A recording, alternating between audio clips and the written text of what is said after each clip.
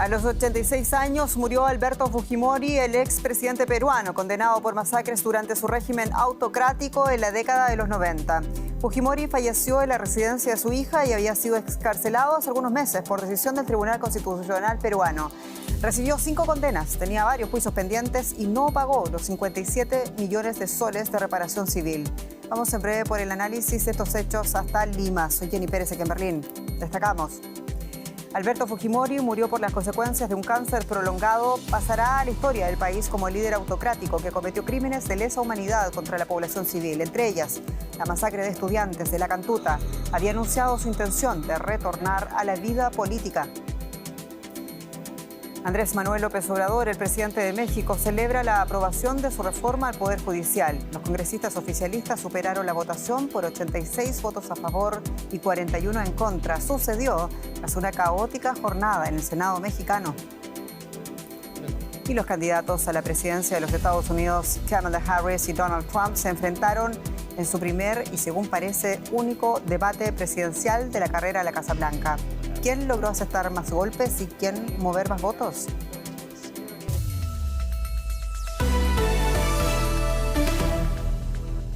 El expresidente de Perú, Alberto Fujimori, ha fallecido este miércoles en su residencia de Lima a los 86 años de edad. Su hija y heredera política, Keiko Fujimori, confirmó a través de la red social X que el fallecimiento de su padre se produjo tras una larga batalla contra el cáncer. Político controvertido y tendencias autoritarias, Fujimori presidió Perú entre 1990 y 2000. Su mandato sacó al país del borde del colapso económico, pero también estuvo plagado de denuncias de violaciones de derechos humanos y corrupción por las que luego fue condenado décadas después a 25 años de cárcel por crímenes de lesa humanidad, entre otros cargos. Protagonista de un autogolpe en 1992, su gobierno estuvo además vinculado a esterilizaciones forzosas y la represión violenta de la insurgencia de Sendero Luminoso. Recordemos que en medio de la controversia, Alberto Fujimori había sido puesto en libertad por una decisión del Tribunal Constitucional. La razón, su estado de salud. Ampliamos desde Lima con quien ven, con la periodista Rosemary Cueva. Rosemary, Fujimori padecía diversas complicaciones médicas. ¿Qué más se ha sabido de su deceso? Sí, el anuncio lo realizó su hija Keiko Fujimori, quien señaló a través de redes sociales que falleció su padre tras una larga lucha contra el cáncer. Alberto Fujimori tenía 86 años y padecía un cáncer a la lengua, también tenía otras complicaciones como un problema cardíaco. Su última aparición pública fue exactamente hace una semana, cuando salía de una clínica en Lima tras realizarse exámenes de rutina, según había informado su familia. Y la confirmación de su muerte se dio después de mucho movimiento fuera de la casa de su hija en Lima, en la casa de Keiko Fujimori, la líder del partido fujimorista Fuerza Popular. Durante horas se vio cómo ingresaban varios médicos, familiares, congresistas del partido fujimorista, incluso un sacerdote, hasta que hace aproximadamente media hora es que se ha confirmado la muerte de Alberto Fujimori. Rosemary, la figura de Alberto Fujimori divide profundamente al Perú de hoy. ¿Qué tipo de funerales vamos a ver? ¿Están descartados acaso los funerales de Estado? ¿Y qué implica también su figura para el actual entramado político del Perú? Aún no sabemos exactamente los detalles del funeral. Es posible que haya un funeral de Estado porque bien sabemos que es una cercanía entre el Congreso, que está dominado por el partido fujimorista, y el gobierno actual de Dina Boluarte, así que es posible que haya un funeral del Estado, a pesar de que, como mencionas, hay muchos cuestionamientos, ¿no?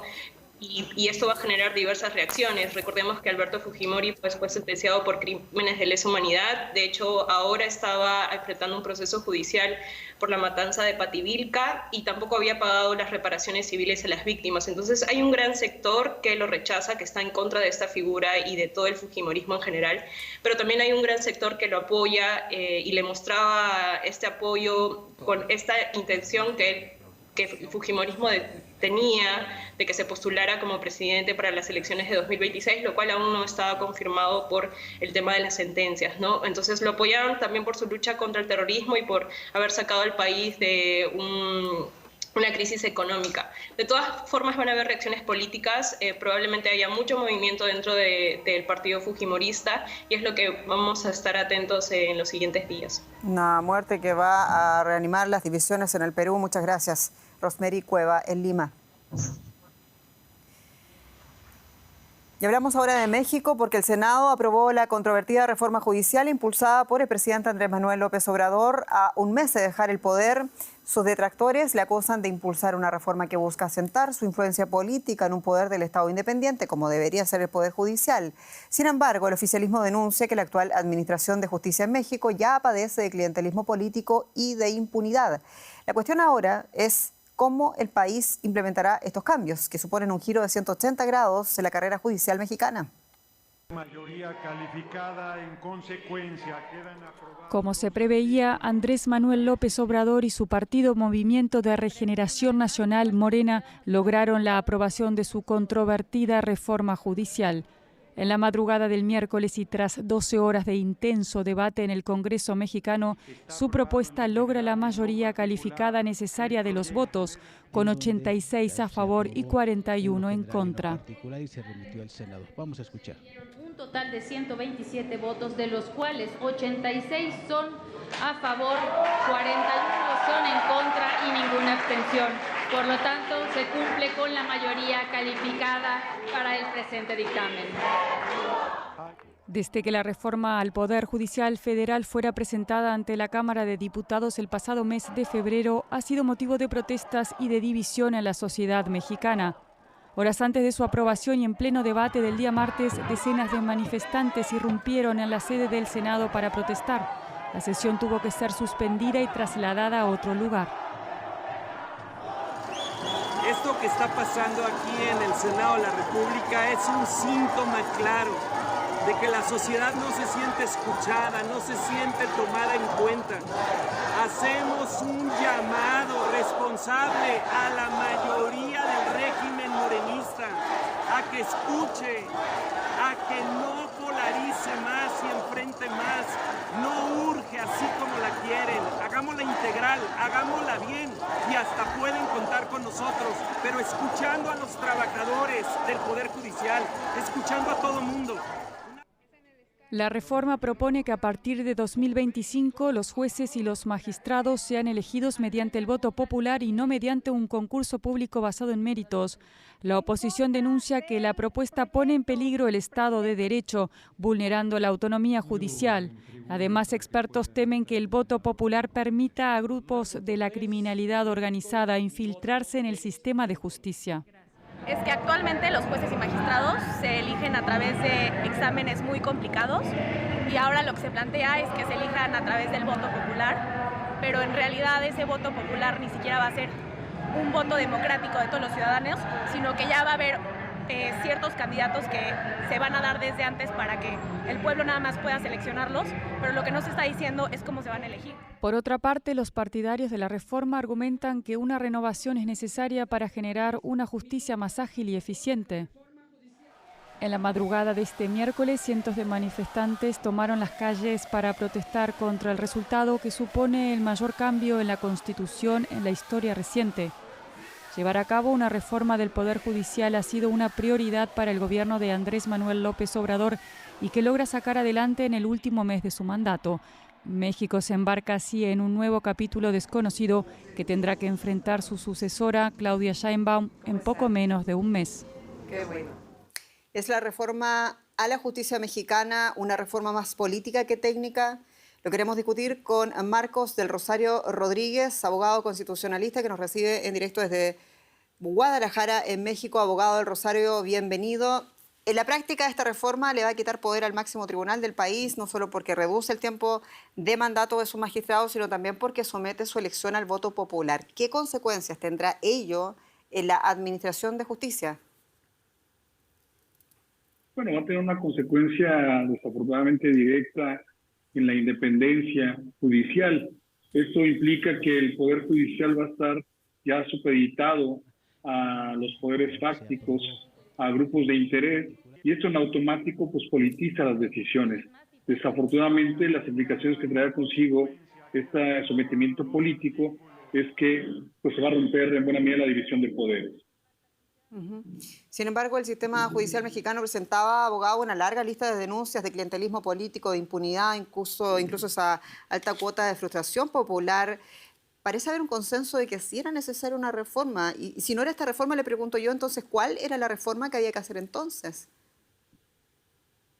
Sí, coincido contigo. A ver, las denuncias por corrupción y muchas deficiencias en la administración de justicia han sido constantes y no podemos negar esa situación.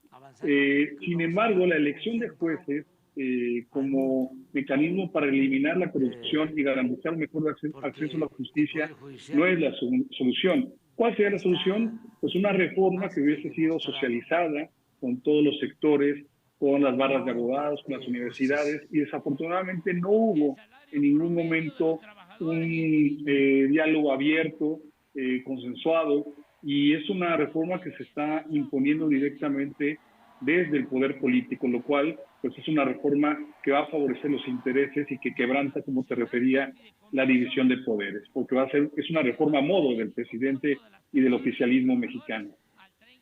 Con todo, abogado, el proceso va para elegir a los más de 1.200 jueces y juezas será a contar del próximo año en México. ¿Está México preparado para escoger a sus jueces y sus juezas, sus magistrados, sin intervención del crimen organizado? Y de no ser así, abogado, ¿qué queda por hacer? Desafortunadamente, los últimos procesos electorales en México se han visto cada vez más empañados por la violencia, por la intervención del crimen organizado, y eso, pues, de alguna manera pone ahí las señales de alerta de que esta elección, pues, no de jueces y magistrados no va a ser la excepción.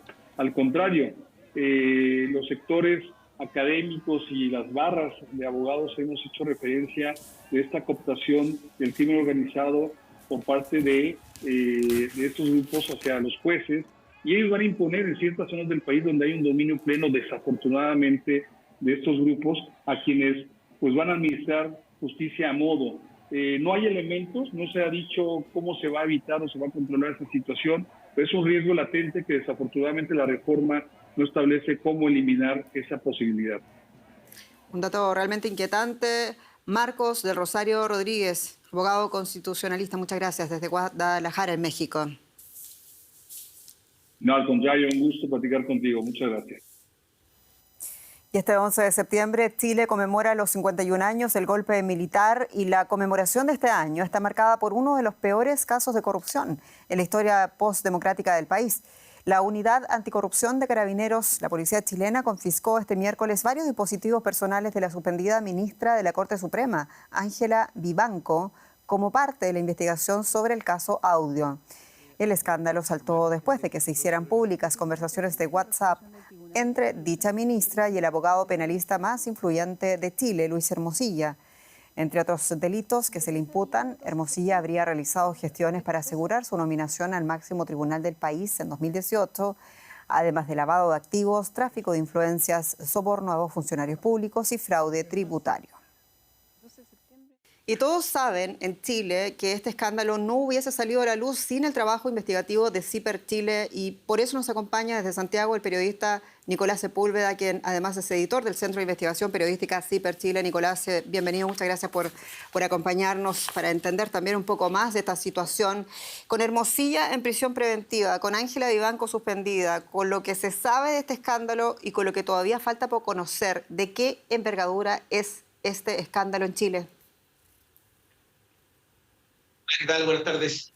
Es una envergadura que no habíamos conocido hasta ahora, porque Luis Hermosilla, como abogado penalista, ustedes lo decían, muy influyente, conecta distintos poderes y distintos mundos, ¿no? El poder judicial, el poder económico y también el poder político. Y lo que hace es traficar influencias para beneficio de algunos intereses particulares entre esos distintos poderes.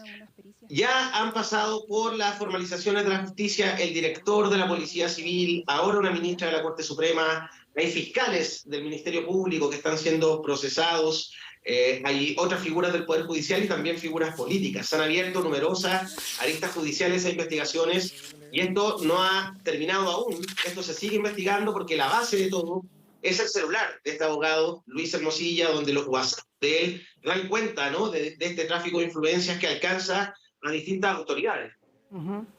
Y con el caso Audio, entonces, Nicolás, ¿qué cambiará o qué debería cambiar en Chile? No solo te lo pregunto a nivel judicial, sino también a nivel político. ¿Quién asume las responsabilidades políticas de este escándalo allá en Chile?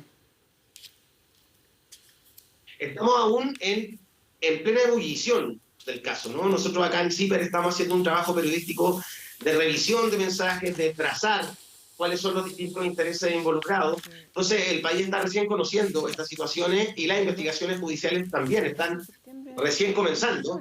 Las voces expertas y el debate desde el mundo de la academia plantean que se debe hacer una reforma al sistema de nombramientos judiciales para que estos intereses particulares del mundo privado, empresarial y político no incidan en quienes llegan al máximo tribunal de justicia, por ejemplo. También se habla de reforma a nivel político para aumentar los niveles de transparencia y de democracia, ¿no? De la información que conocen los ciudadanos. Pero como te digo, un debate aún está recién partiendo. ¿Y cómo crees tú, Nicolás, que va a afectar este escándalo a la todavía incipiente campaña electoral en Chile? Hay un ánimo que se ha ido modificando, ¿no? En Chile había un triunfalismo del mundo de la derecha y los sectores más conservadores previo a este escándalo que estaba muy afincado, y ahora eso ha ido variando. Hay figuras de la derecha, grandes líderes como el exministro del Interior, Andrés Chadwick, que están siendo bastante cuestionados y han tenido que salir a dar explicaciones.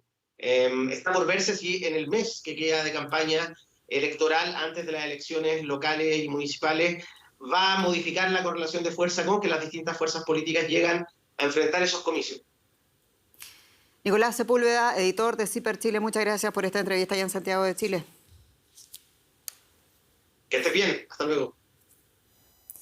Y más noticias internacionales. El secretario de Estado de los Estados Unidos, Antony Blinken, llegaba a Kiev en una clara demostración de apoyo a Ucrania por parte de Washington, una vez más.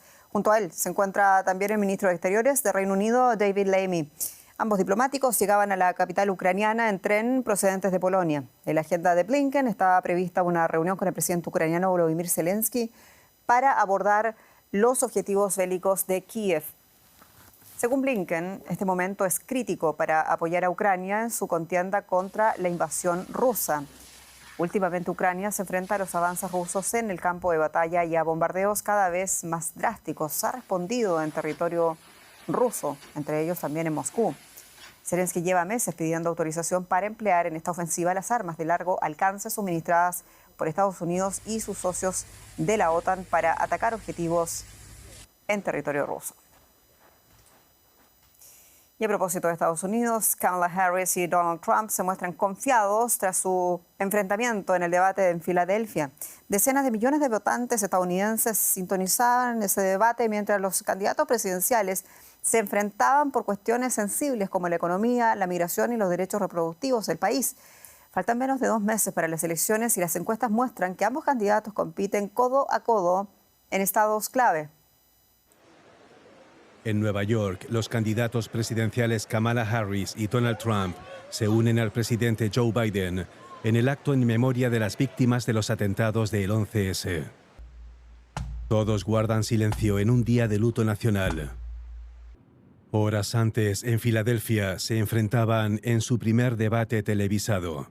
Harris se mostró especialmente a la defensiva cuando ambos trataban temas tan delicados como política exterior, la economía, el aborto o el control de armas.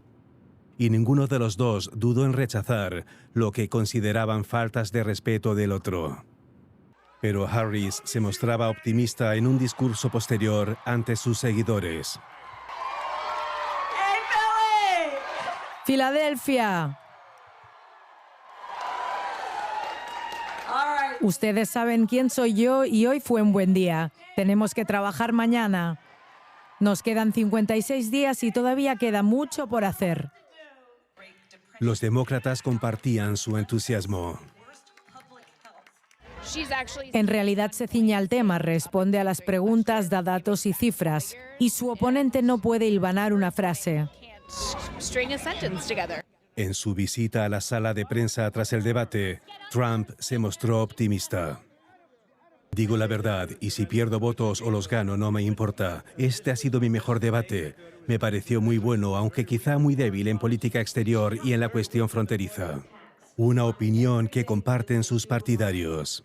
Creo que Trump se ha mantenido firme, ha sido preciso y agudo, directo al grano, respondiendo a cada pregunta y, lo más importante, llamando la atención. El debate consolidó el apoyo a cada candidato en sus respectivos partidos. Pero tendremos que esperar hasta noviembre para ver si fue suficiente para mover la balanza de los votantes indecisos. un grupo que podría resultar decisivo para asegurar una victoria electoral.